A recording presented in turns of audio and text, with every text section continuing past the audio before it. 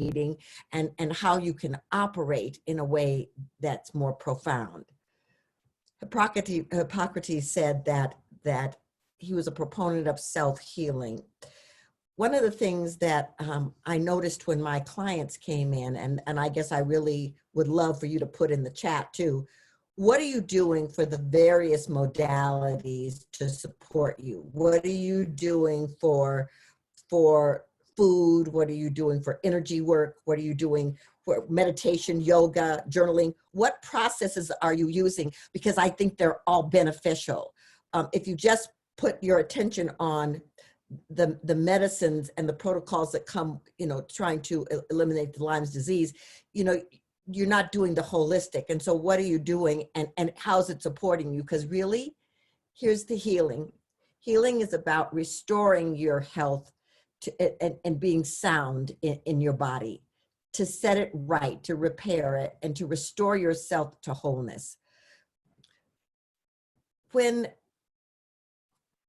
some of you, I'm not sure who was talking at the beginning, was talking about the fact for years it had been misdiagnosed. And then once you get the diagnosis, you still have to look at all these different levels of how you're operating in your life. So the CDC has over 30,000 cases of Lyme disease reported every year. In 2018, there were like over 33,000. When people have come to me, they've come to me because they're really concerned about their emotions. They're concerned about their mental and emotional state, because some of them are having paranoia. Some of them are, are having major depressions. Some are having, being diagnosed with schizophrenia, OCD, obsessive compulsive disorder. And they're trying to figure out, how do I manage this while I'm also trying to deal with this disease? So we started looking at a list of what kind of things would say to someone who's got Lyme's that you need self-care. Are you having rapid mood swings or anxiety? Does it feel like you're delusional? Does it feel like you're depressed? And I've had a couple come in that have even had suicidal thoughts because it feels like they're incapable of managing or controlling what is happening in their bodies. And so I don't know where you are in this process, but it would be good to start to watch, where are you emotionally? What's happening, especially when you're in a down space, of the disease. So I created a list for my clients. And so this is what we wanted to talk about, that you need space. You need space to heal. You need space to be with yourself. You need space to really explore what you're feeling, because the balance and the harmony that you want to create has to come from an inner awareness, and it has to come from connecting to your emotions and your feelings. The other thing is, what kind of relationships are you having around you? Are they supporting you? Are they uplifting you? Do they understand what's happening to you? And are you able to communicate what's happening to you in a way that people can be supportive? And then what's your mindset? What you're thinking. I'm going to spend a little bit of time in this presentation on your mindset, because what you're thinking affects every aspect of your body. The other thing is your support team. I've had a few clients come in and say, I've got a team of people. I've got my doctor, I've got my energy worker, I've got my yoga teacher, I've got my emotional support, because I need every aspect of that team to support me when I cannot support myself. So the other thing I did was I helped them create a list of first steps that they can take to get clear about how to nurture and honor themselves. And the first one is getting enough sleep. Sleep and immunity are really tied together. And I don't know, every doctor and every protocol has different things about food, but the next two seem to go together. It's like, are you having more plant-based food? Are you exploring more healthy fats? Are you limiting your sugars? And are you engaged in really monitoring your reactions to food? Most of my clients are telling me, and I'd love to know from you, that they'll be doing well and they'll be eating something, and then their bodies will change based on whatever is happening in the protocol. And so they have to keep monitoring what they're eating and the impact that it's having on their bodies, right? The other thing is to engage in moderate exercise. Several of the people that I work with are very athletic. I mean, they are swimmers, they hike, they bike, they do all of these things. And all of a sudden Lyme comes in and they're not able to do the kind of physical things that they've done before. But what I want to share with you is that movement is medicine. So whatever kind of movement you can do to keep your energy flowing is really important. Staying hydrated is extraordinarily important, and managing your stress levels. All of my clients, I think except for 2, are still working, and it's been really a challenge to manage the stress in the work environments while they're trying to take care of their bodies, while they're trying to be in relationships and be with their families. So I want to talk about the mind-body connection, because I really believe that the Lyme is one thing, but everything that's ever happened to us is encoded in our bodies. And so when the Lyme comes in, or the immune challenge comes in, it connects to experiences that we've had that can be brought to the surface, or we can have reactions to, or they can come to top of mind in things that we haven't thought about in years, things that we thought we had handled. And so energy blocks occur in the body first. So what I would like to do with you today is to give you a little bit of an example of your body, and not necessarily understanding all the time when it's speaking to you. So what I'm going to ask you to do is to first just close your eyes and connect to your body. I want you to just scan your body from the top of your head all the way down through your neck and your shoulders, your chest, your back, and start to notice where you're tight, just where there's a constriction.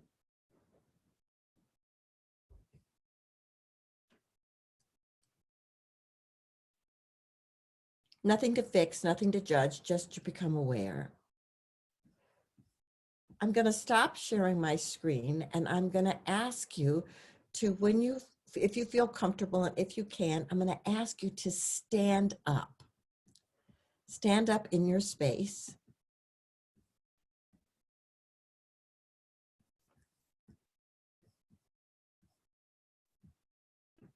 And kind of connect to your body.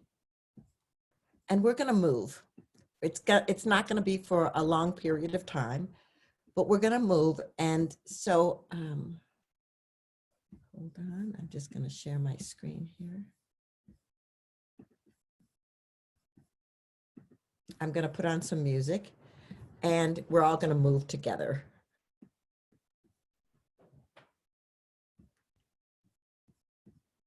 Okay, why isn't it playing? Okay. So what I want you to do is just slowly start to move your head.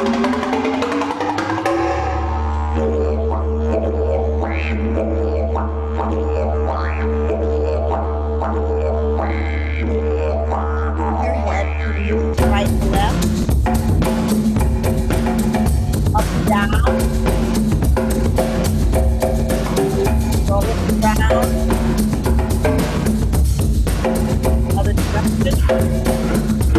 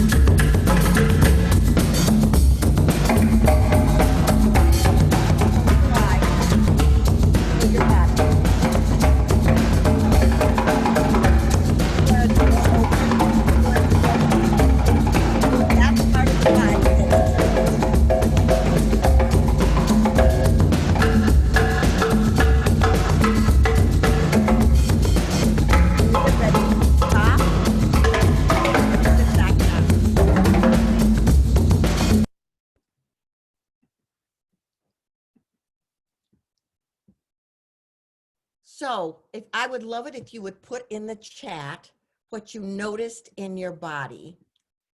And Joanne, if you could just tell me what comes into the chat, what people noticed in the body. That was about 2.5 minutes of movement. Joy from my body, release. Mm-hmm.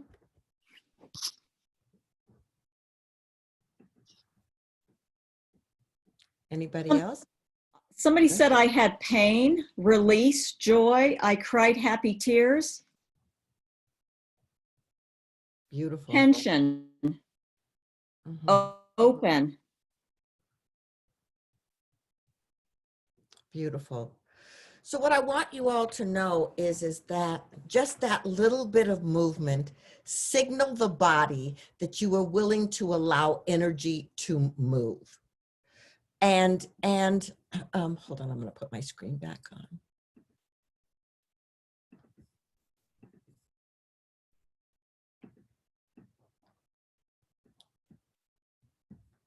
So here's the thing, and I want to, oh, it went back to the beginning. Okay. What's important about this is that the tension in your body is connected to some sort of emotion, some sort of tenseness or constriction. I had you move with drums, and I want to tell you why that's important.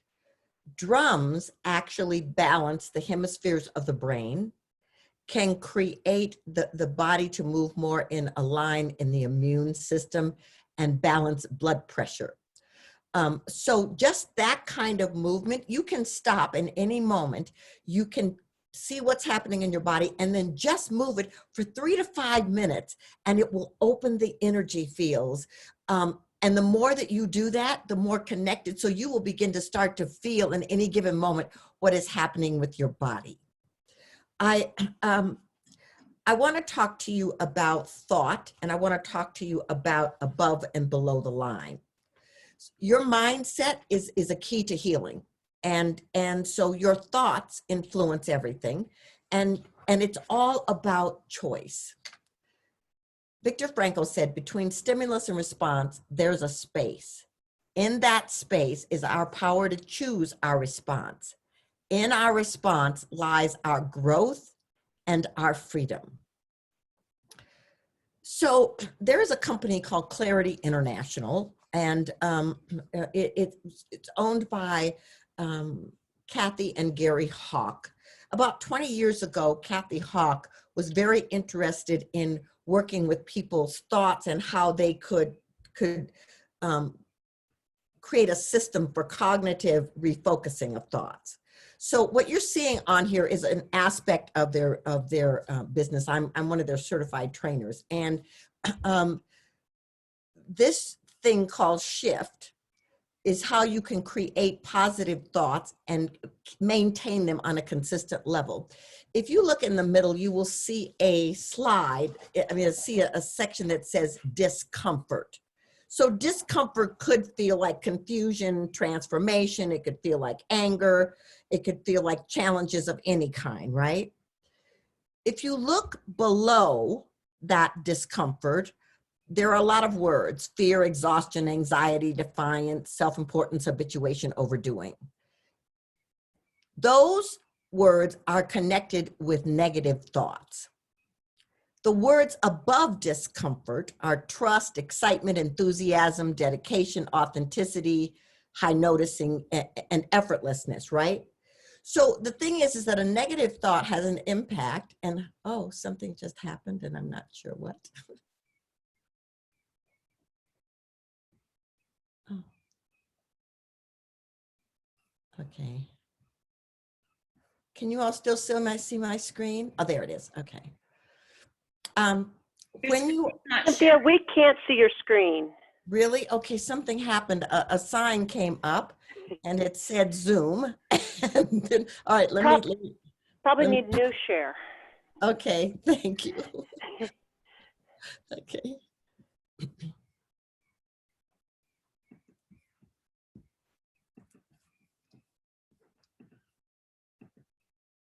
Okay, can you see the screen now?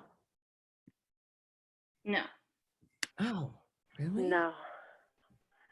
Okay, I'm not sure what's happening. Hold on, share my screen. Okay, all right, hold on. There we go. Okay, perfect. Okay. Yay. So when you have a thought of fear or doubt or self-pity or isolation or blaming or whatever, thoughts are energy waves and they have a certain frequency. So negative thoughts or feelings of disconnect start moving the energy down. And so it also affects the immune system. When you have more positive thoughts that support your self-esteem, like gratitude and courage or celebration, the energy goes up. If you look on the left-hand side of the little bookmark, below the line, there's the word fear, and there's a little symbol by it. Above the line, there's another word called trust, and it has the same symbol. So the antithesis of the fear brings the element of trust into your energy field. So that gray line is a line of choice. So you get to choose in any given moment what you are thinking and feeling, and it has an impact. If you are a person who is overdoing all the time, you can't get to effortlessness because the overdoing is pulling the energy down in its frequency.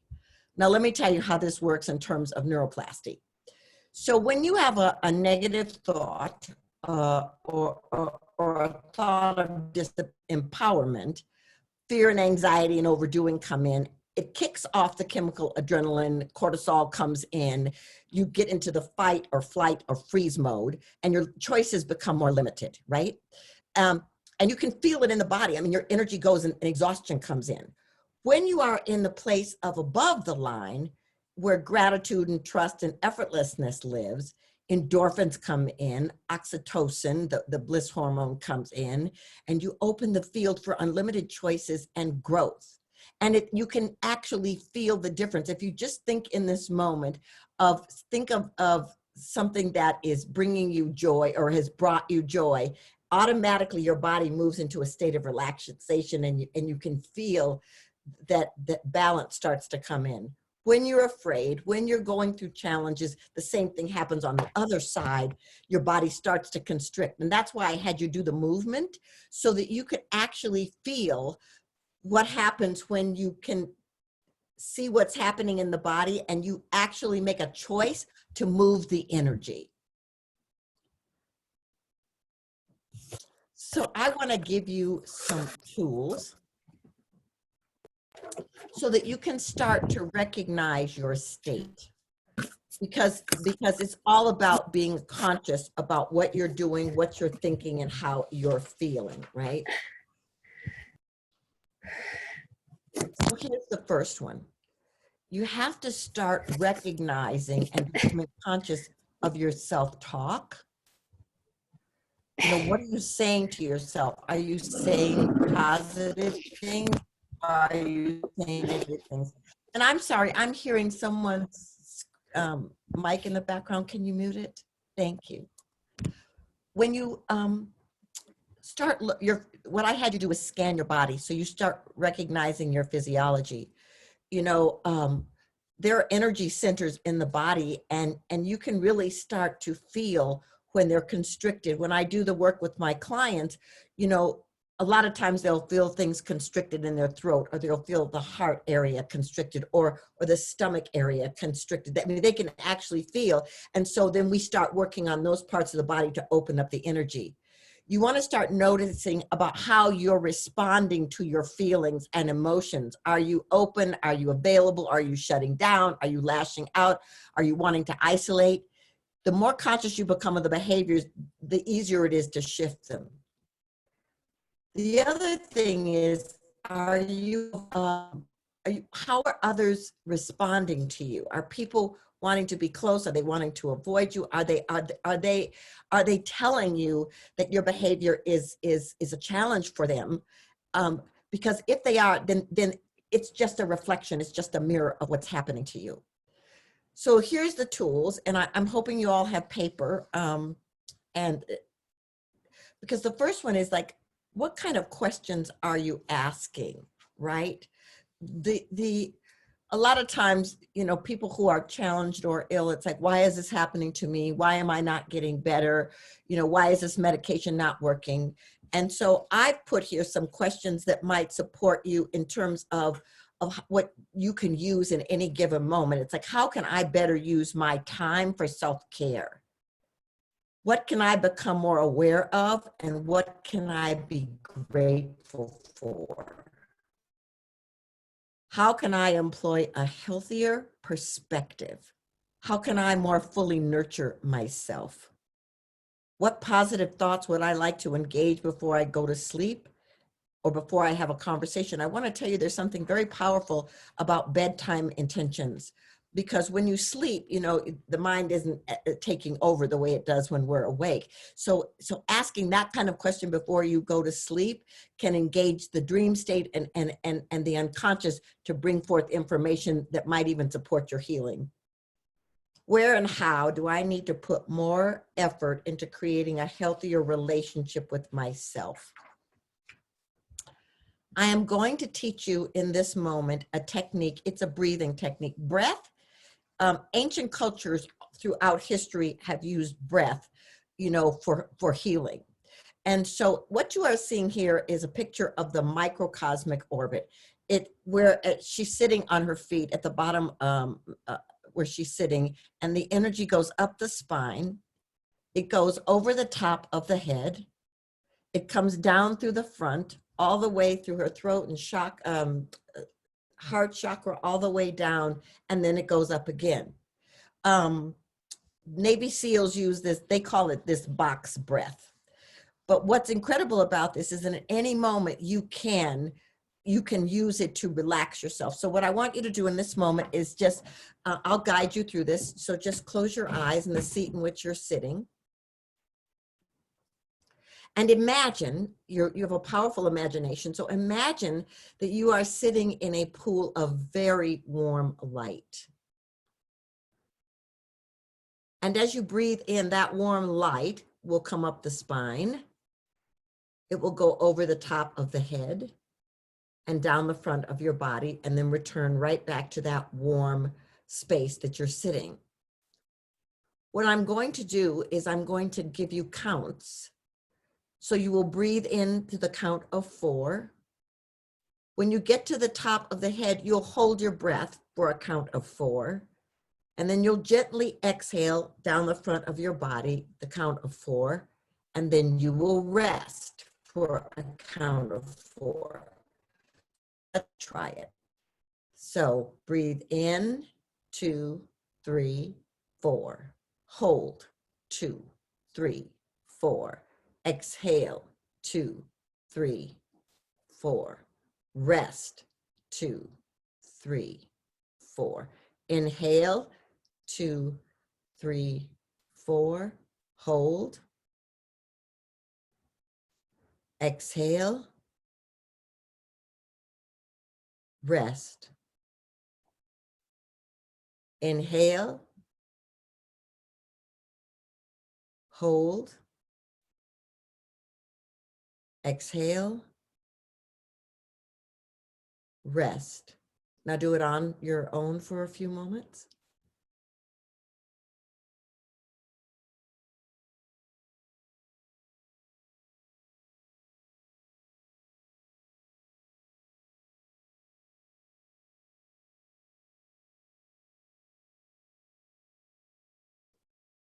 So when you feel ready, you can just return to the normal breathing and put in the chat room what happened in those few moments of doing the microcosmic orbit, and Joanne will tell me.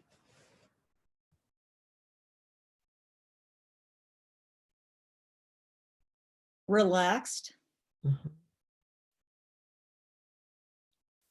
deep relaxation, relaxing, calm,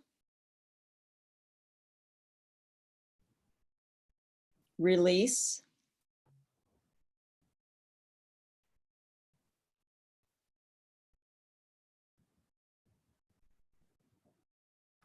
Beautiful. Peace. Oh, beautiful. This technique you can do any time of day, anywhere. I've worked in two very large corporate environments, and I would, in one environment, I had an office where I could close the door, and in another environment, I was in a cubicle, and I could still just close my eyes and start the microcosmic breathing if there was a lot of stress in the environment. You can do this anywhere. So this technique is something that I would really encourage you to do. I'm going to give you some tools at the end. But this is a really important one. The other one is meditation. And, some people find it easy to meditate and they've been meditating for a long time. Other people, their minds are just running the laundry list or whatever they're doing. The thing about meditation is that you are not trying to shut the mind down and clear the mind. You are actually allowing the body to move into such a state of relaxation that the mind begins to slow down. There is no one way to meditate. Some people like to meditate by sitting still in the quiet and breathing. Other people like to do walking meditations. Being out in nature is a meditation for them. Some people like to listen to quiet music and just allow their bodies to relax. Some people use guided meditations. I've created guided meditations for my clients, and I've also created moving meditations for them so that for those that like to be outside, they can put the music on, and it has drums to balance the hemispheres. It doesn't matter how you do it. And by the way, you do not have to start with 20, 30, 40, 50 minutes of meditation. You can start with something small. I've been meditating for 40 years, and when I first started, 3 minutes felt like an eternity. But if you keep doing it, eventually the body gets used to it, and it gives you more ability to go longer and allow the breath and the energy of the body to just connect with itself. The moving of the body is important. If you cannot do what you've always done in terms of movement because of this diagnosis, then find out what you can do and how you can do it. Some people like to exercise by just walking their dogs. Some people, there are dance videos and movement videos all over the internet. Find something that works for you and give yourself permission daily to do something to move your body, because you want the energy flowing so that you can listen more to your internal self. I want to talk to you about writing. A lot of people love to journal, other people don't, but I want to talk to you about James Pennebaker, a professor in Austin, Texas, did a research and wrote this book, Opening Up by Writing It Down. And what he discovered was that there were therapeutic benefits to writing, that you could sleep better, you could heal faster, you could have a deeper connection to understanding what was going on in your internal life. And what he said was, if you can write for 15 minutes a day, it opens up all the channels. And it's not about venting about what's wrong and what you're upset about. It's writing about your feelings and the impact that the feelings are having in your life in this moment. It doesn't substitute you taking action and doing things for yourself, but it's an incredible thing. One of my clients, we just did an enormous amount of work with her writing because she could not understand why she kept repeating the same patterns over and over again. And so that writing showed her how there were things that had happened in her past that were not cleared in the physiology. I want to go back just a moment to your body and scanning and feeling the constrictions. Those constrictions are actually portals of information. And when you learn how to access those portals, the body will give you information. It will tell you what it's connected to. It will tell you what past events haven't been healed. It will tell you, what its purpose is in being in your body in this moment to assist you in your awakening. The writing can help you with that. The other thing is, like, to seek support. I said earlier that several of my clients had a team. I love that this support group is here. I love that you get to have this kind of virtual event for yourself this weekend. I really want to encourage you to create your team, your health squad. These people and these experiences that can support you in moving through this, because when you are not feeling well and when your body is being attacked, it is very hard to stay clear. And so places where you can lean into, people you can lean into, support systems that you can lean into make a huge difference for you. So I'm just going to stop for a moment to see if anybody has questions on this stuff that I've said so far before I do something else.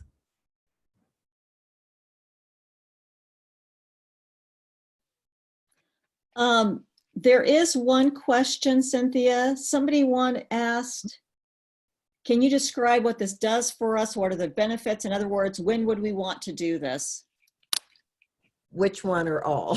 She asked, It looks like for the mindful breathing. Oh, okay. So I do breath work in the morning when I wake up, in the evening before I go to bed, and I also do this kind of breathing when there's a lot of stress or my day is packed and I don't have a lot of time to just kind of recenter myself. So, and what I did with you was not more than 2 minutes. So it doesn't take an enormous amount of time, but just the practice of it, getting into the practice of it, the more that you do it, the more the body just starts to respond and starts to relax so that you can be clear in your thinking and decision making. Okay. Let's see. Melina wants to know if there's any good online support groups. Are there any for people with chronic illness?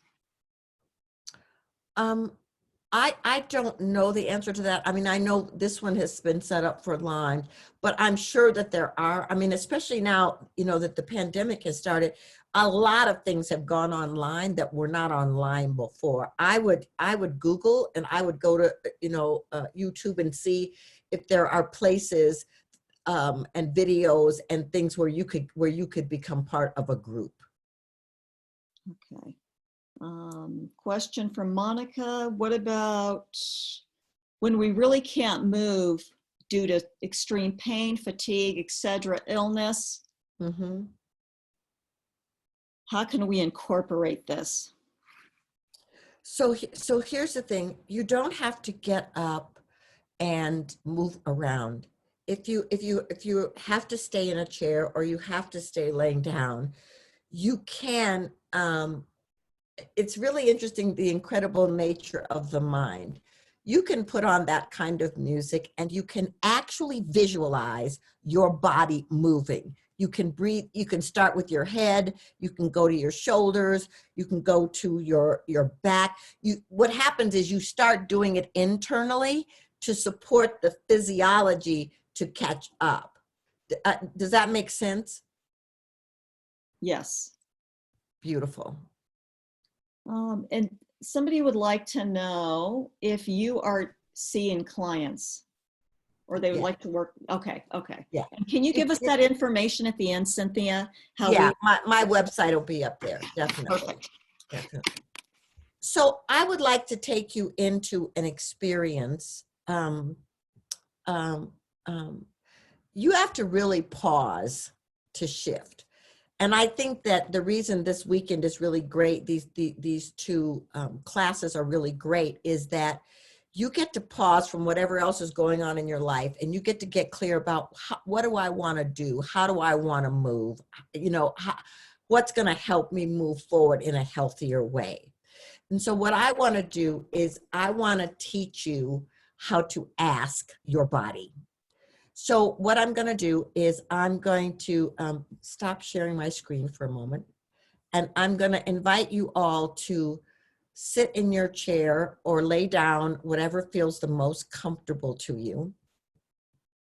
And I'm going to take you into a guided meditation. What I want to say about this, it's a closed eye process. You don't have to be great at meditating, and there's no right or wrong way to do this. You know, your body will follow in the exact way that it needs to. So you just allow the process, trust the process, and it will take you in where you want to go. So hold on, I'm going to put the music.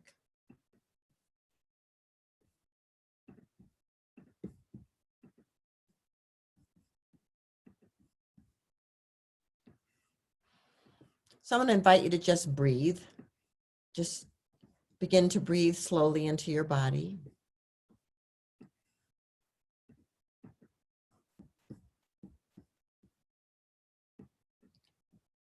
Breathe into the heart.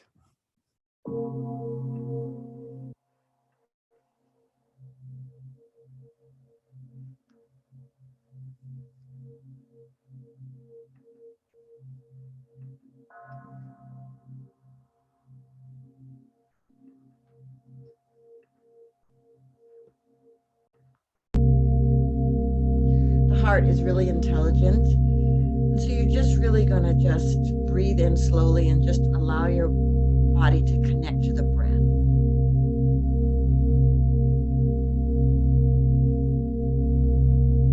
I want you to bring to your mind the biggest challenge that you're facing in this moment where Lyme is concerned. The biggest challenge. Just let it gently come up to your awareness.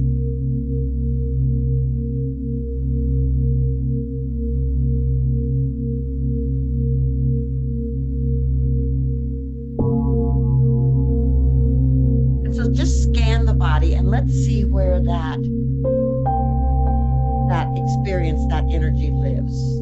Where is it in the body? And when you find the place that's the most constricted, you're going to scan all the way from the top to the bottom. Just put your hand on that part of the body.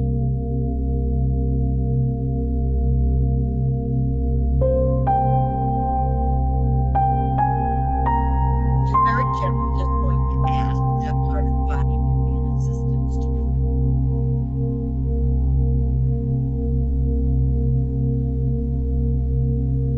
You can put your hand down, and I want you to activate your imagination.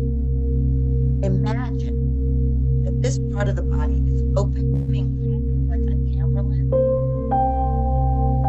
It's getting wider. It's getting taller.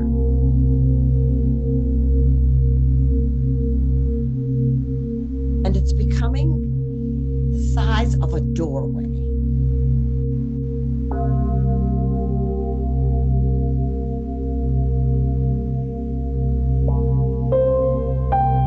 What you're going to do is imagine that you are stepping through this doorway and you are stepping onto a path. It's a beautiful, quiet, peaceful pathway. There are trees along the pathway.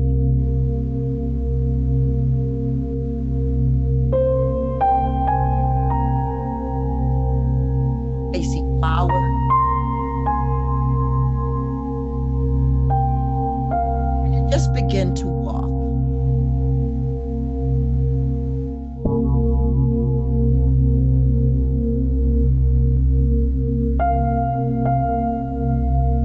And as you begin to walk, you become aware of memories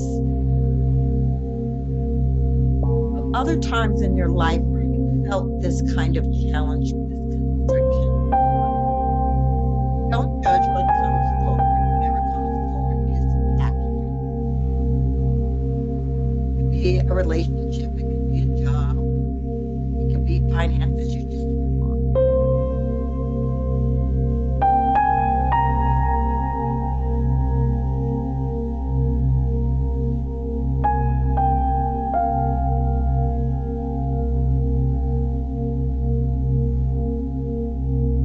And at some point, a memory will come forward when you're younger.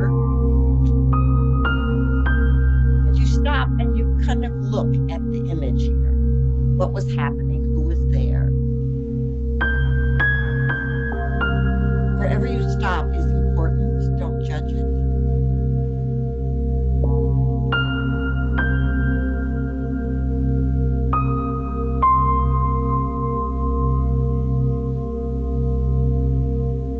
And you keep walking past that memory, that image. And way in the front of you, you see something glimmering. And as you move closer, you see that it's a golden gate. And your name is above it.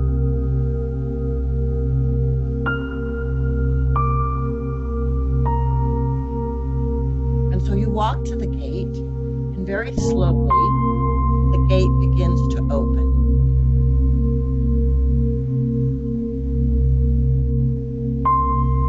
And you step through, and there is a guide waiting for you. Now, it could be an animal, it could be a person living or has passed away, it could be an angel or a spirit. But whatever it is, you can instantly feel the love.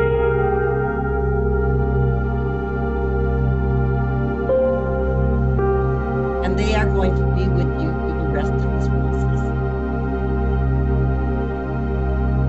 When you look around, you are in an exquisitely beautiful garden.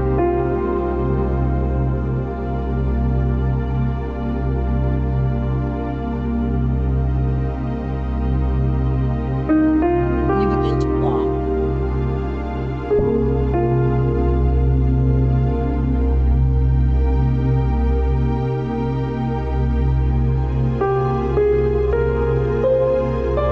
The guides are there.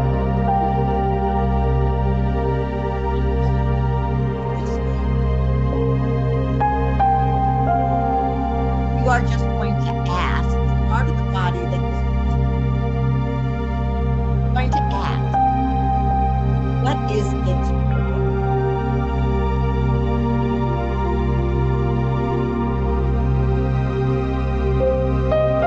Don't judge what it is, just listen.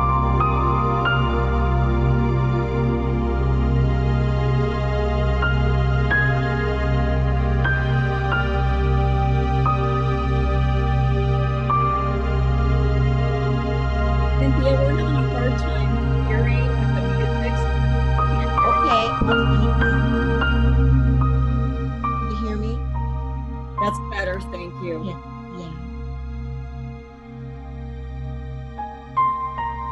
So what you want to do in this moment is just become aware that there is a purpose for this energy. And so you want to ask again, what is the purpose? What is your purpose in my body in this moment? And listen to what it says.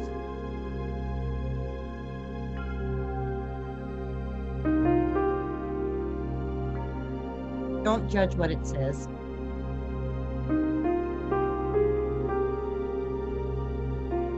I want you to tell this energy why you need its support for your healing.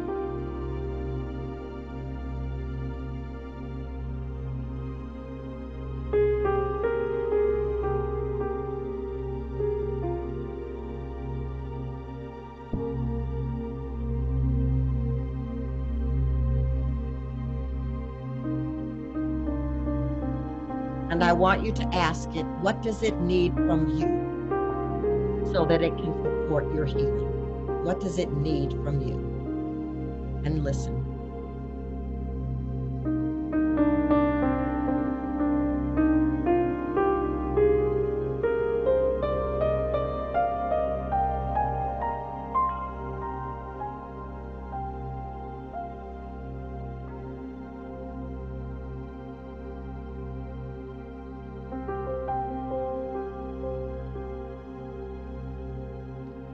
So in this moment, I want you to make an agreement. I want you to make an agreement with this energy of what you will do so that you can move into collaboration for your healing.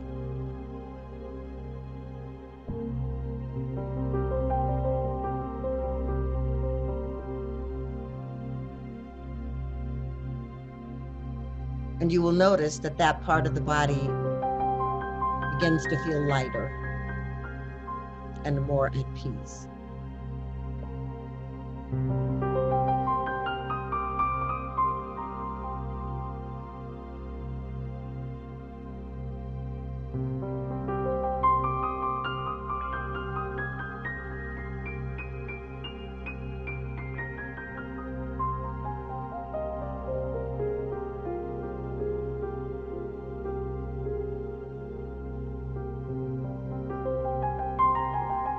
The guide tells you if you keep your agreement, the partnership will become stronger and stronger.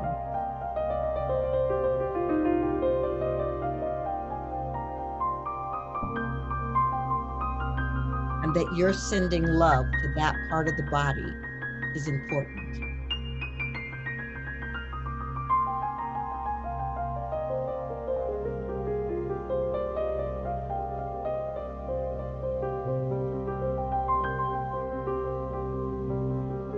So you and the guide begin to walk back through the garden.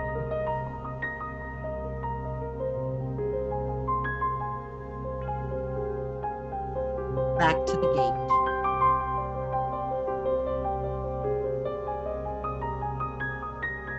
The guide tells you that they're here for you always, that you can come anytime, that this is a special sanctuary just for you, for your healing.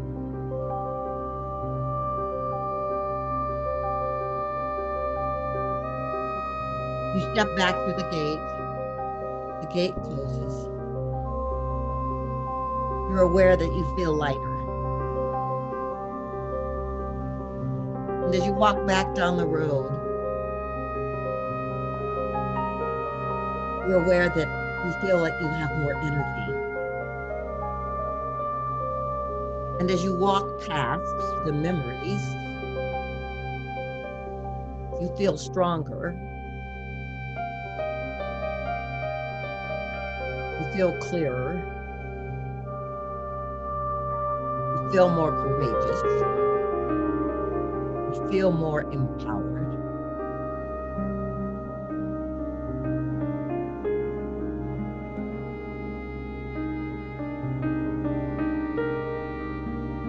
And you walk back to the doorway.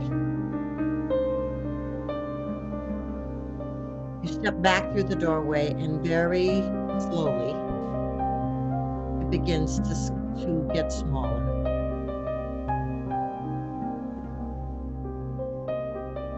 The camera lens closes.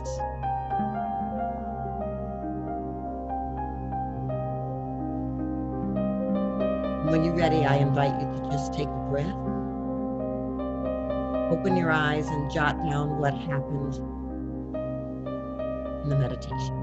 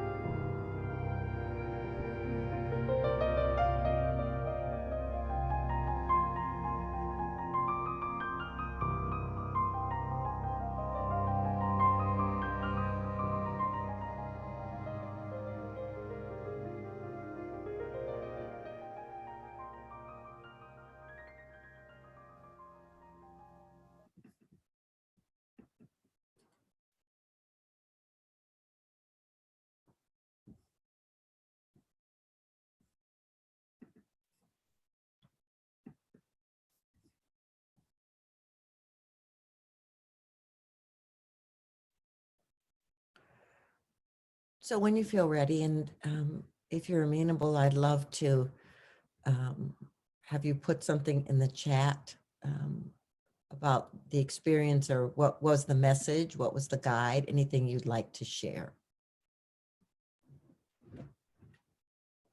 Jana wrote reconnection to strength. Beautiful.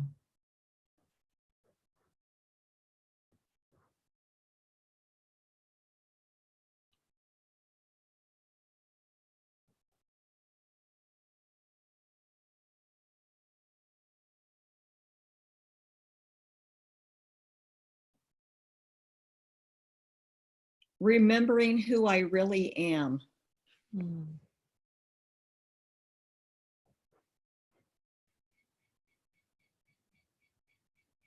Aligning with my inner power.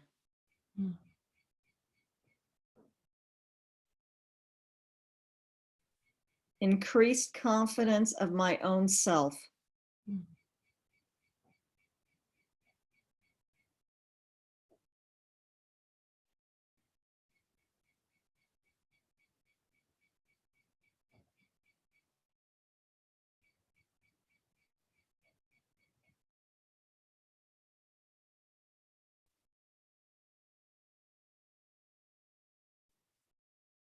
Remembering my passion for feeling connected.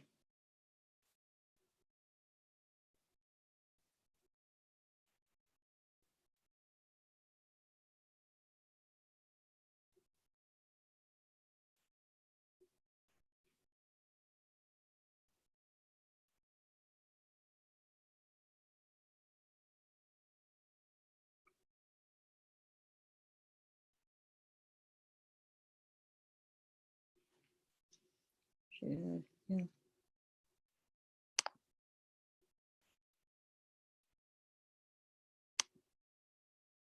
She froze.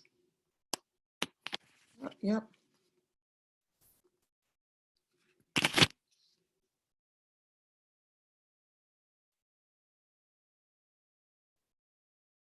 Cynthia, we lost you.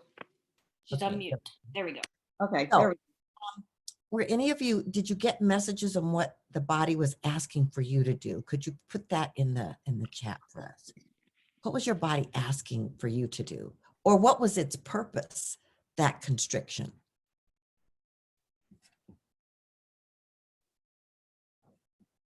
Be patient. Mhm. Stop and slow down. You got this.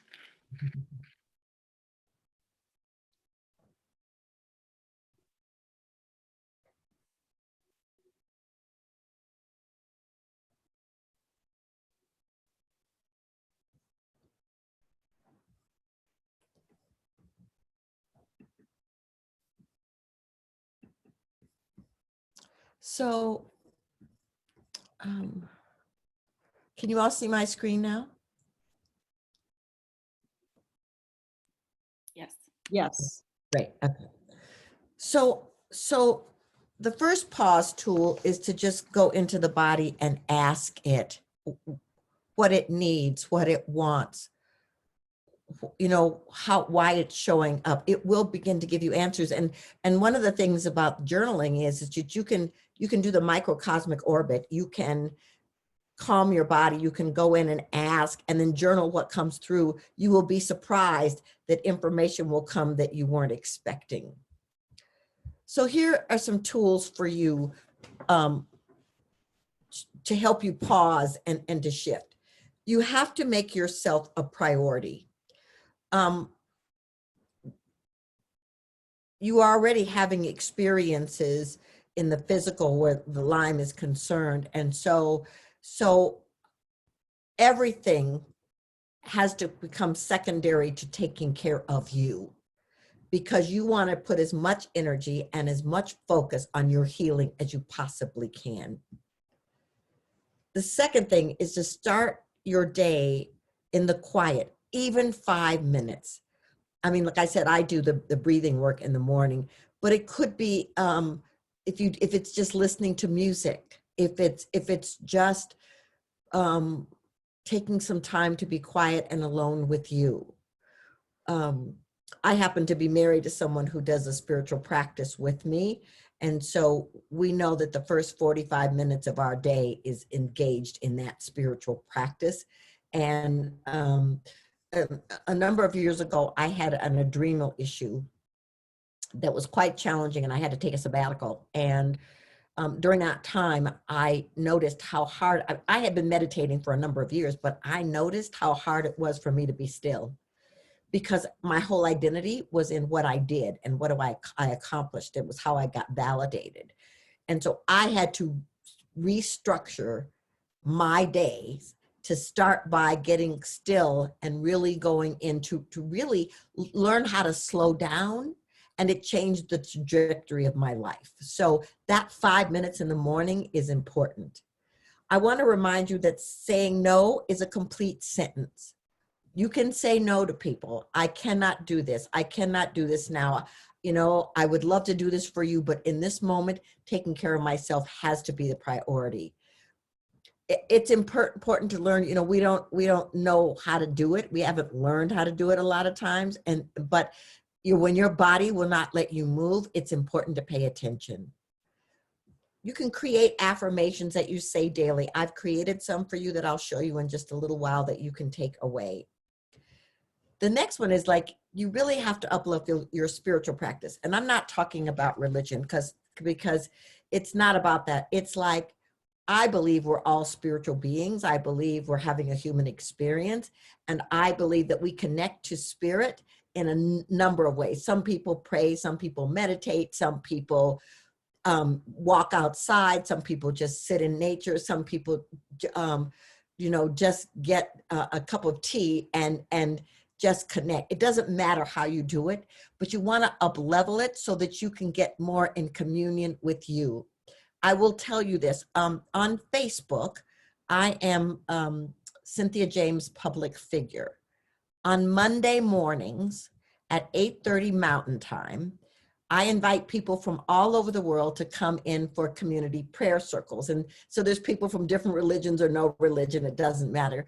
But we come in and we all gather together to lift up our health, our well-being, the planet. And so you're welcome to join. It's a Facebook Live. It doesn't cost anything, but you get to be with thousands of people all over the world who are really wanting to come together as a spiritual unit to make a difference and create healing for themselves and for the planet. The next thing is to commit to your radical self-care. You know, the disease is forcing you to do some things because it just won't let you move around a lot. But the other part is, it's like your radical care, we go back to holistic, is mental, is emotional, is physical, is spiritual. You know, what do you need to do that is a non-negotiable, that you are not going to move away from no matter who asks or what goes on? You got to get honest with yourself. If you are doing things or experiencing things that are not in support of you, you don't want to move into judgment, but what you do want to do is you want to say, you know, this is not supporting my health and well-being. It has to move. And then you ask for help. You know, create that health squad, you know, and places in that health squad are people and places that can hold you accountable. You know, your protocol for Lyme, you're going to do because you have to, but the same is true for every aspect of your being. Create a space, a group of people or a person or a coach that is going to hold you accountable so that you can accelerate your healing. So here are some affirmations that I put together for you that you can use. So here's the first one. I am connected to my inner knowing. I am calling in all resources available to support my health and my well-being. I am honoring my feelings and emotions. I am focused on clear and positive thoughts. An affirmation is just a statement, a declaration of what you are intending, what you are calling in for your life. So these are just examples. You can create your own, but especially when you are starting to feel like negative thoughts could be taking you down a rabbit hole, or you can feel your energy starting to drain, you can use your affirmations to bring you back above the line, back into the positive realm where those chemicals, you know, endorphins and oxytocin are filling your body temple. So this is what I want to tell you that is important about you moving forward. You want to release any old energy, any old ways of being, any old spaces that do not support you. And you want to renew yourself. You want to renew your energy. You want to do it in the best way possible in every single moment. You know, while this pandemic has been going on, one of the things and ways in which I have renewed my energy is I get out and walk. It could be 20, 30, 45 minutes. It doesn't matter. I just get out to renew my energy, to be in the sun, to feel that renewal. I also put on music and dance around my house because I love to dance. Whatever it is that's going to renew you, you know, it's important. Here's the second thing. You want to really move, do everything and get all the tools that you can to move you back into alignment. The microcosmic orbit is a great one, you know, that's going to help you attune to who you know yourself to be, that you're powerful, that you're dynamic, that you are unique, that you are here, you know, to do things that only you can deliver. Whatever it takes to help you attune and align, you do that. And the last thing is that you want to find the balance, the harmony within you. You want to fill your cup so full of things that bring you joy and bring you peace and uplift you and nurture you and connect you back to that breath. The more you can connect to your breath, the more that you can bring yourself into states of relaxation, the more attuned you will be to the body, the more attuned you will be to the information that's coming in. Because sometimes we're getting information for healing and we're so busy and we're so wrapped up in our lives and in our thinking that we cannot hear. The breath will help you do just that. So I want to thank you. I'm going to open it up for questions, thoughts. This is how you find me, cynthiajames.net. So I would love it if you, questions, anything you want to say, anything you, are we allowed to open so people can talk, or is it all chat? Looks like it's going to be all chat, so I can kind of give that to you. I'll go through the chat as it comes through. Okay.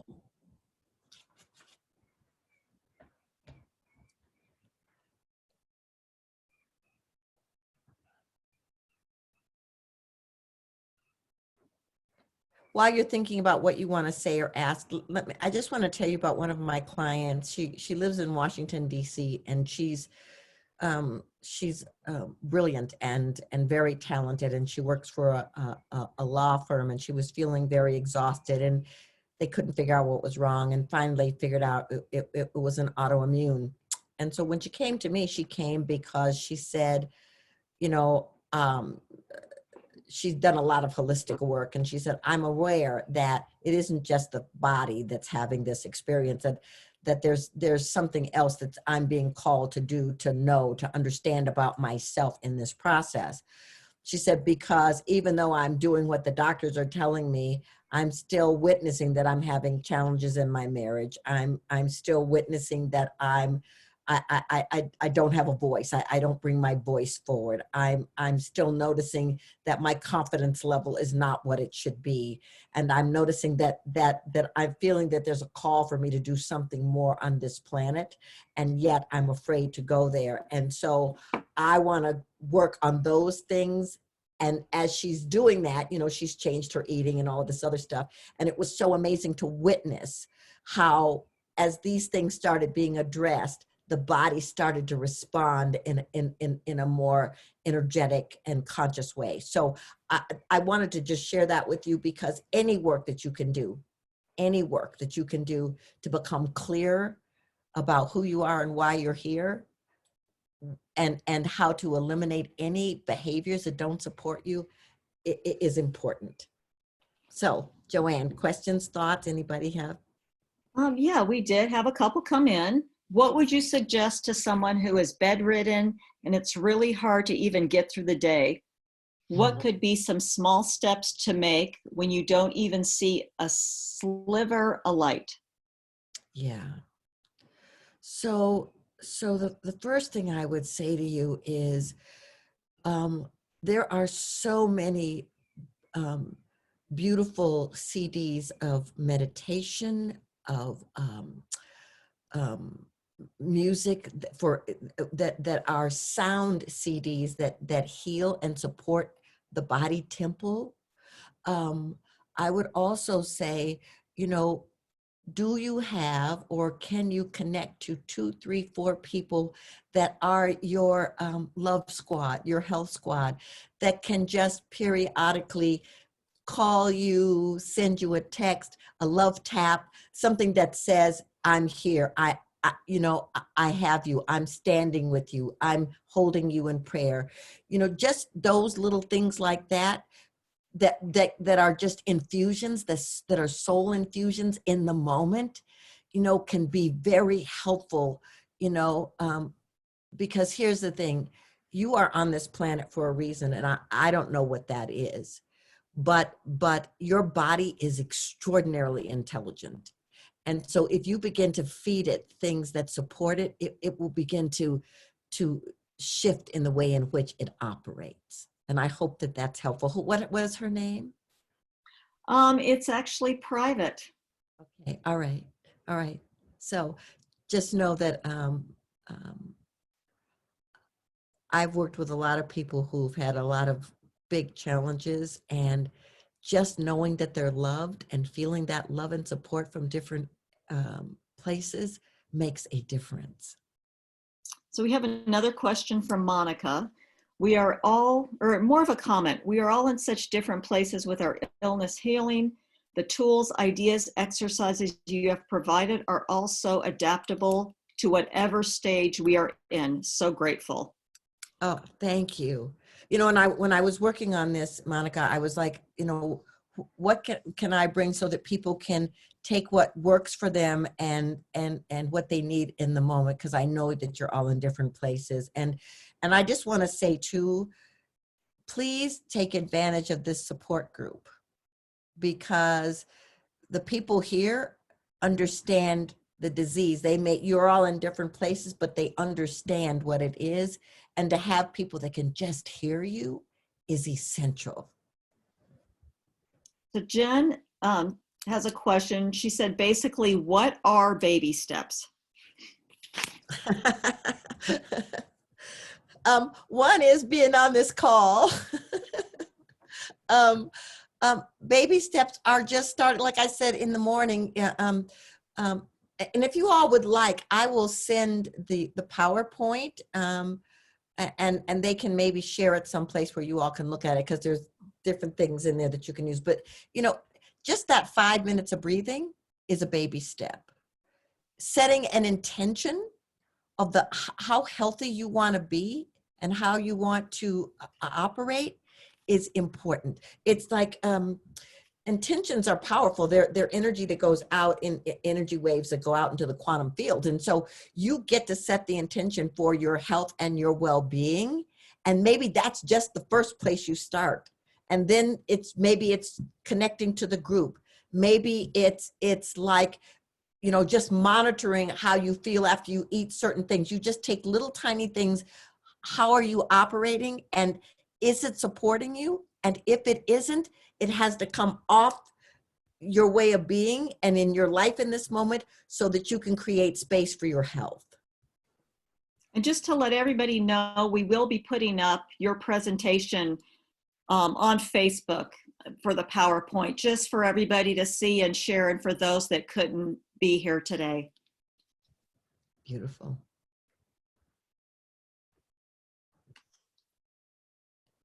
Anyone else?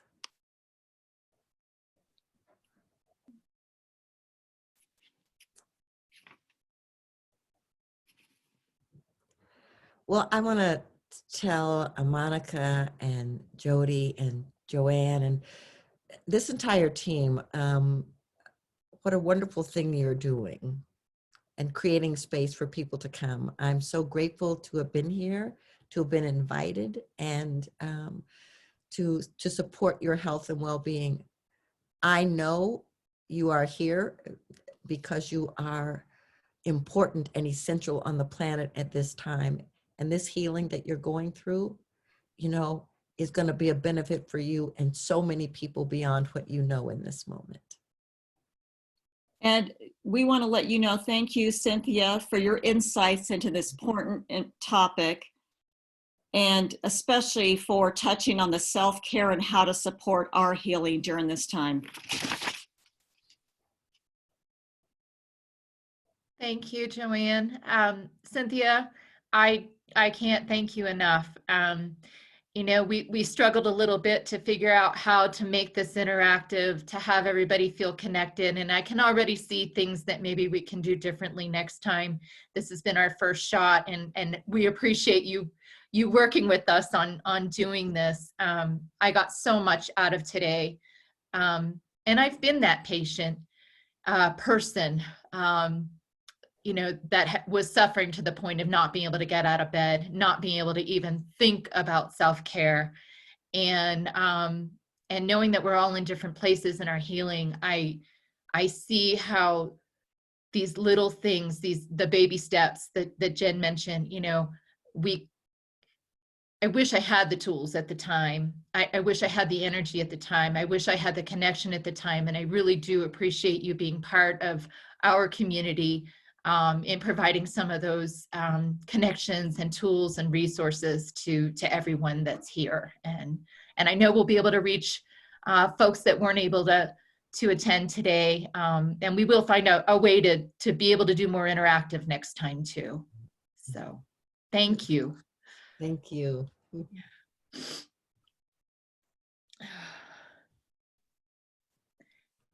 Are there any more questions, Joanne, or any more comments? No, I think that was it for today. Okay. Okay. Thank you, everyone. Many blessings. Thank you. At this time, we're going to move into a different segment. We have the last half hour of our meeting today set up with myself and Jen Leone, Vice President of Colorado Tick-Borne Disease Awareness Association, and Jody Foster and Joanne Schnell from the Colorado Lyme and Tick-Borne Disease Support Group. Together, we've been working to bring you, you know, this connection and event to be able to connect to each other and also to gather some more tools. One thing that we talked about, and if I could have the slides, I don't have the slides up, is even though we are all tuning in here because we are ill or have been ill, we're still at risk of acquiring disease from ticks. And I guess first I need to thank all of our community partners. Without their support, we couldn't support you. So I definitely want to thank all of our partners that help us do what we can do for you. You know, being able to give to our community. These folks are the ones, these are the businesses and that are supporting our work. So thank you for that. And then we can move on to the prevention slide.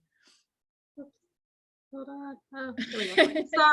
Sorry. No problem. No I'm problem. having a problem driving. I apologize. That's okay. Yeah, so we were all discussing, you know, even though we've all been on this journey and we've all had illnesses that we've acquired, you know, months or days or years or decades ago, we're all still at risk if we spend any time in the outdoors, if we spend any time with pets, if we spend any time, you know, for some even in their own backyards. And so we wanted to take this opportunity to also share a little bit of prevention. The weather's getting nicer. I'm hoping those that are able to get outside because it's for me, that's my place of spirituality. And I'm sure for a lot of others it is too. It also probably comes with some fear for folks. And so making sure you have everything you need to be aware and protect yourself from another tick bite, more opportunity for acquiring disease or a repeat of what you've already had, like nobody wants to go there. So some of the things we've got on this slide is being aware of where to expect ticks. You know, if you live in a rural area and your backyard is great wildlife habitat, making sure you're taking protection, prevention, being aware in your own backyard. If your exposure comes from getting into the outdoors on public lands, even some of our parks locally in Colorado, open space properties can have a risk. So being aware of where you're at, and then when you travel, knowing that other areas outside of Colorado are even more prevalent for ticks, and different ticks that can carry a number of diseases that you need to be aware of. We have some tools.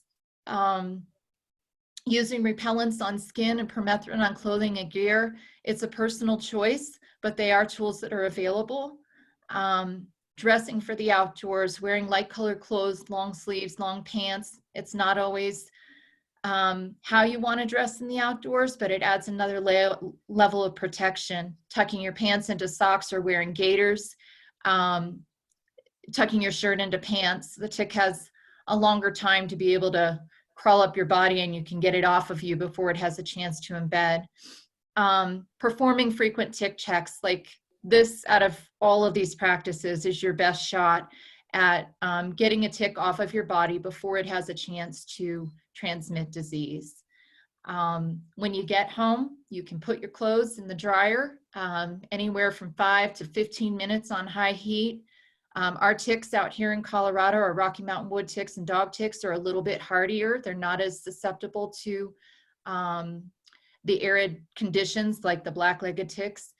And so a little bit longer, kill the ticks in the dryer with your outdoor clothing, and then shower. Showering doesn't necessarily get the ticks off your body, but it allows you to really inspect your body closely to detect a tick. And making sure you're checking your pets. They're in and out of the house more than you are. They're off on the side of the trail more than you are. And even if your pet is protected with an oral or a topical tick repellent, they can still bring the ticks into your home. And I'm hearing story after story after story in Colorado where people are saying, but I wasn't outside, but their pets were, and they're bringing them into their house. So just because it is Lyme and Tick-Borne Disease Awareness Month, we wanted to add this part to our program today to make sure you guys are staying safe and preventing any future contact with disease. So at this point, I'm going to open it up